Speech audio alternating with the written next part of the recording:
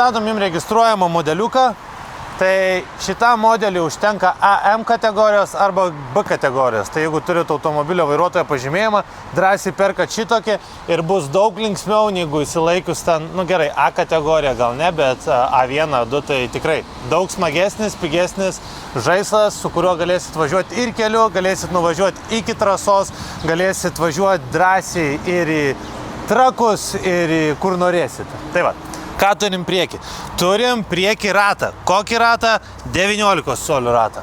Kas gerai yra šituose, lyginant su kitais modeliais, kad ratas yra platesnis. Tai šį čia turim 70/100. Tai vadinas, kad jau turėsit geresnę kontrolę, negu su mažesniais, kur būna ratukais, ne?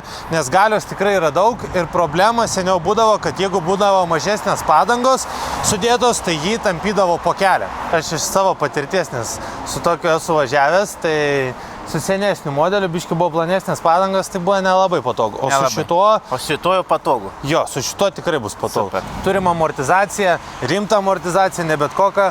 Vien galit pasižiūrėti iš valdymo šitų svirčių, kaip padaryta, viskas kokybiškai. Galit reguliuoti eigą, galit reguliuoti minkštumą. Turim veidrodėlius. Kam veidrodėlį pasakysit? Tam, kad čia yra registruojamas modelis.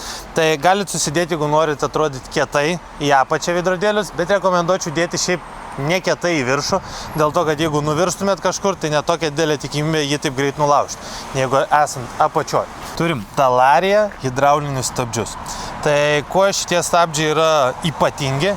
Tuom, kad kadangi tai yra nurimtas modelis su 13,4 kW, tai jam reikia ir gero stabdymo. Tai vadinasi, kad suportą turim rimtai įdėtą su didelėm stabdžių kaladėlėm.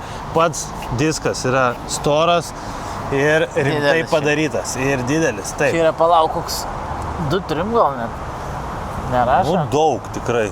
Daug. 220. Labai daug. 220. Taip. 220E. Ne. Nežinau net, ką sako. Kas elektra? Su elektrins. Ateikit ekraną parodysiu. Nenulupsim iš šitą naują su plevelę. Tai turi ekraną, ką matot? Tai matot greitį, matot kiek nuvažiuota, matot kiek valandų. Reiktų šiaip sureguliuoti, nes dabar biškai mažiau yra valandų. Toliau, čia matot kažkokią elektrą su kažkokiais skaičiais, ne? Čia matot kiek baterijos. Čia kažkokie procentai. Tai va, čia galit perinkti režimą. Sportą, eko ir hype. Tai vadinasi, kad su šituo tai realiai įskrisit, motociklą išneš, o su eko, tai va, jeigu pradėjot važinėti, tai siūlyčiau nuo eko pradėti, nes tikrai, jeigu nepripratę prie elektrinių galingų... Kiek su juo nuvažiuoti? Su šituo galit nuvažiuoti 100 km. Aišku, atsižvelkite tai, kad 100 km nuvažiuosit, nu ne maksimaliai visada važiuojant gazų spaudos į apačią. Tai vis tiek, imkim ant tokio vidutinio režimo iki 100 km. Tai va, tai tą turit pasisverti, aišku, indikatoriai matot, kiek liko baterijos, tai jau, jeigu jau liks 10%, tai jau turėkite omeny, kad jau nebeliekit, o planuokitės grįžti namo. Tai sakai, lempa vis tiek veiks, jeigu ką? Lempa veiks jo, čia kaip telefone ir visada laikos ant to režimo. Taip, ką dar čia turim posūkius, parodyk prieki posūkius. Į kairę, į dešinę, aišku, turim, kaip priklauso, ne į vieną pusę. Turim garso signalą gan rimtą. Tada šitoj pusėje turim stop mygtuką, tai vadinasi, kad kai pradedat važiuoti, nu, start mygtuką, ne stop. Kai pradedat važiuoti, turit pasispausti, kad netyčia neišvažiuotų. Kitas geras dalykas, jeigu stovi ant kojelės ir kas nors netyčia, kai esat pastatę paspaustų akceleratorių, jis pats neišvažiuotų. Tai yra įdėtas saugiklis dėl visokių vaikų ar kažko, kad netyčia jums nenumestų jo.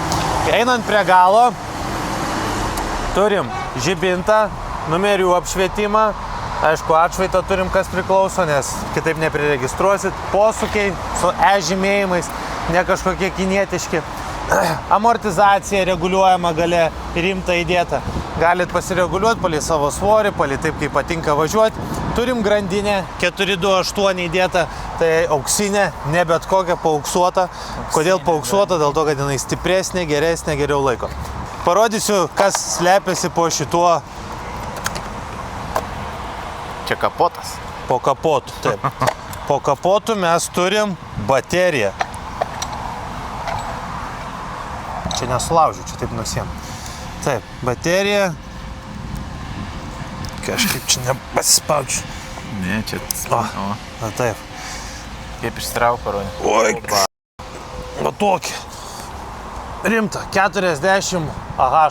7,2 voltai, 40 Ah. Taip, žiūrėkit, čia ant baterijos irgi rodo, jeigu parsinešit namo, kiek yra likę baterijos. Yra irgi indikatorius. Tai va, tai šitą bateriją įsistatot, čia atgal į vietą. Šiaip kokybiškai rimtai padaryta. Opa, viskas susifiksavo. Įsidėjot šitą, užfiksavot. Viskas, važiuojat. Norit, aišku, prasivažiuoti, nepamirškit, kad reikia šalmo. Šalmus galit rasti irgi kur? Pas mus. Ne kitur, neieškokit kitur.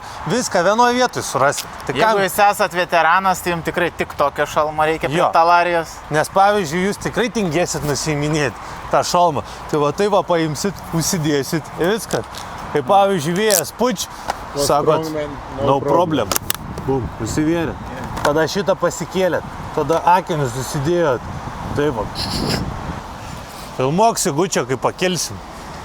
Žiūrėkit, dabar ant eko režimo išvažiuosiu iš vietos. Tai šiaip tikrai gazą negali spausti iki galo, nes jisai va nukyl. Na tiesiog čia net ne iki galo paspaudžiu. Man baisu. Registruojamai versijoje greitis yra 45 km/h. Tam, kad galėtumėt legaliai važiuoti keliais. Pačios talarijos svoris yra 74 kg su baterija, tai tikrai svorio ir galios santykis yra labai didelis, todėl šitas krosinukas iš vietos kyla piestu. Pastatot prie parduotuvės, įkišat raktą, užrakinat. Ir tada su juo vagis atėjęs sakys, oho, pavogsiu, bet vairsgi užrakins kairę pusę. Ir jisai tik taip gali pavogti dviratį ratų suktis. Patys supranta, neįmanoma pavogti. Aišku, jis sver 7,5, tai tiesiog atvažiuosit va su priekaba kaip ten, paimsit, įkelsit, taip, įsivešit. Taip, kad nepalikit bet kur, o jeigu paliekat, tai pasiimkit draudimą. Šitokį krosinį ir kitus elektrinius krosinius galite rasti mankius.lt arba Vilniuje, Kaune ir Klaipėdoje. Tai lauksim atvykstant, galėsit įsibandyti, pakonsultuosim. Mūsų konsultantai žino daugiau negu mes, todėl duos tikrai daugiau informacijos. O šitą informatyvų video jums paruošė Dovydas ir Andrius. Ačiū, kad žiūrėjot.